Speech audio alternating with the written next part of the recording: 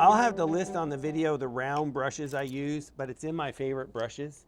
And I think it's a 0 and a 1 and maybe a 3. And I use the Rosemary Sables, okay? This is not a round, this is a Kolinsky. I'm just showing you it. And I use it a lot. So what happens with a round brush is it's only good for 3-4 strokes. If you're painting with more than 3 or 4 strokes, put the brush away and get another brush. I'm telling you, Rembrandt is on another playing field. To be able to paint a brush with a round brush I've never seen before in my life. It is spectacular to be able to handle a brush the way he did. It is hard to believe. They didn't start having these flat ferrules until most recently, when they started to flatten them and crimp them, and that would make the different shaped brushes. Before, they would just wrap hairs around it, with a rubber band or something. Well, it might not have been. So you don't think he altered his round brushes? He might have. He might have. Okay, so when I have delicate work like an eyelash and eyelashes or wrinkles on a face, and I really want to do delicate, I use a Sable brush. The number 1 or 2 or 0 or 3 Rosemary. I always use it after the paint's dry and I'm reworking an area. So like, if I was to look at his face, and I don't have flesh tones here. If I was to go in here and start to work on his face a little bit, I could cross-hatch in here without repainting it. And that's what I just did in there. I made little strokes instead of a stroke and refix it. This is a Kolinsky brush, the one that you can't get. I think you can get them now, but you can't. It's a Series 86 Kolinsky number 0. And I have it in a couple sizes, not a lot. It comes to a point like a round brush, but it's also like a filbert. So when I have to do bigger areas, I go from the round brush, which is just cross-hatching a wrinkle, to now I want to just cross-hatch and paint in a cheekbone. Then I might use the Kolinsky. Or I don't want to go to all that trouble and getting 2 different brushes out, and I just want to use one brush. Laziness makes me go to this brush too. This demo is about the round brush though, but there are times when I just don't use it for everything. Okay, the Sable makes the tiniest, smallest little marks. And the round brush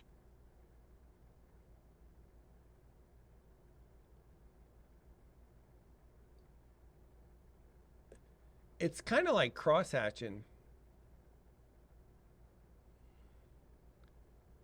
Well, it's not kind of, it basically is. And I'm using the dragging part so it looks scumbled. Do you know what I mean? Okay, doesn't look good, but my hand's in the air and I should have lowered the whole thing. But here's the part I want to show you. And I have these in 2 sizes. And I bought them at Rosemary, and it's Rosemary's Ivory brush. Rosemary's Ivory brush, and it's a pointed round in a 2-0, 2-aught, and a 0. And the 2-aught is the size I'm using. The other one, I just thought one day I'd paint big and I would need the same brush, and that's never happened. So I want to share a few things with you. What if, hypothetically speaking, I need to put this hair in? I'm going to take some yellow ochre, some ultramarine blue burnt sienna, and some oleo gel. I'm going to wipe it off because I did all that mixing and I shouldn't have. Use a palette knife. And then all I'm going to do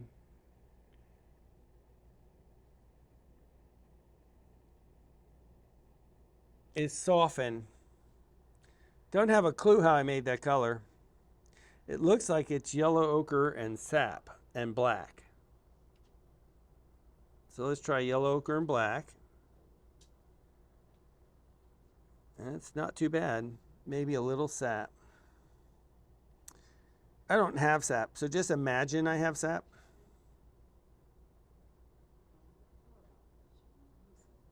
Yeah.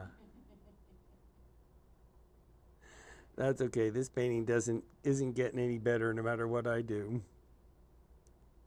All right, so I kind of have a color, and I'm taking my oleo gel,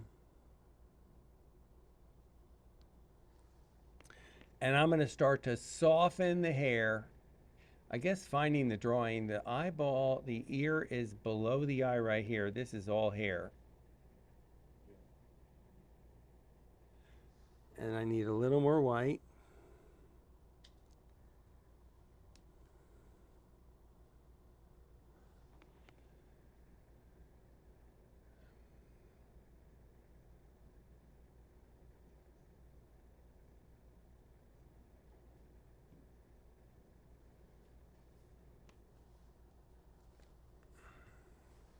Wow. Now, I'm sorry, it's not working. But what's happened is my drawing's so far out of whack, I kind of have to fix my drawing. And I don't want to. So here's the ear, and then up here it's dark, and then this goes out past the ear. Then this comes up here a little bit. So this is like, gosh, having trouble, huh? All right, so all I did is I softened the hair a little bit. I'm gonna go ahead and soften the ear also. And I'm gonna take some of the background color with the gray.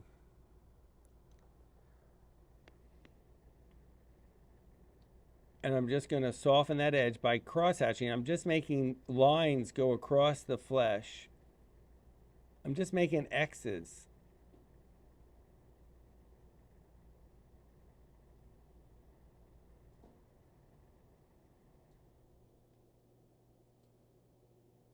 And then there's a brown color, and I'm just gonna soften this with the brown color, and I'm just gonna kind of blur it.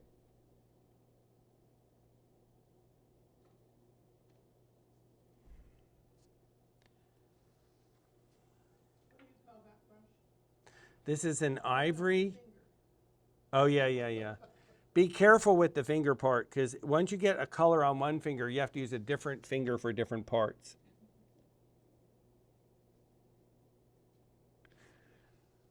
All of a sudden, the soft edge makes some of the sharp edges look sharp. Right? On the hat in front too. Yeah. And then the sharp edge on the shirt down here. The soft edges really make a difference. And if I back up, I'm not going over there.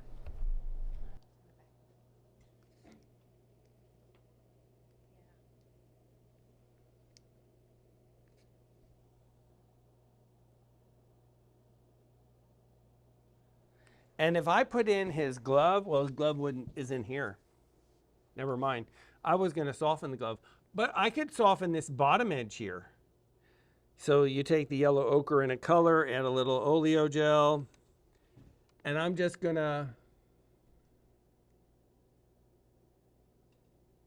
making little lines.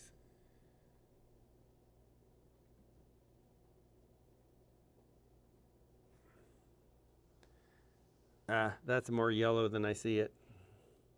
It makes it the burnt sienna from earlier.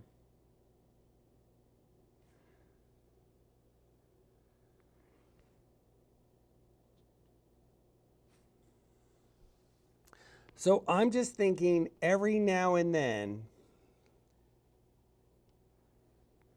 is it okay to just sort of kind of make these little scratchy lines to make your lines with, just to vary your painting and the way you make a mark.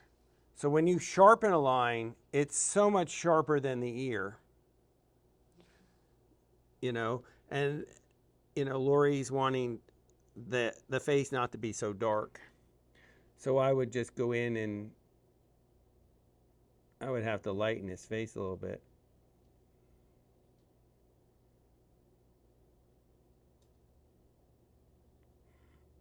Wow, drawing's like way off.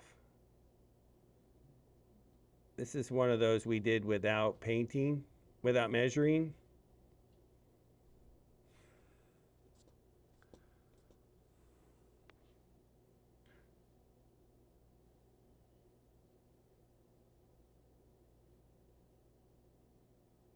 Yeah, face is too fat. I can't fix that mess. So all I wanted to do was go in here and just crosshatch a little bit. It's too small. But that really softens your edges. In real life, this is a big painting. Oh, larger than life. And we're going to see it. I'm telling you, the edges vary even though it's shape. So how soft can you make an area and still make it shape? And I'm saying, I think Sargent's Madam X, all her edges are really soft. She still looks like shape. So there has to be a fine line. And then there are sharp edges in Sargent's paintings, all of them, that are so sharp I would never leave that. Well, that's why my stuff hangs in my mom's.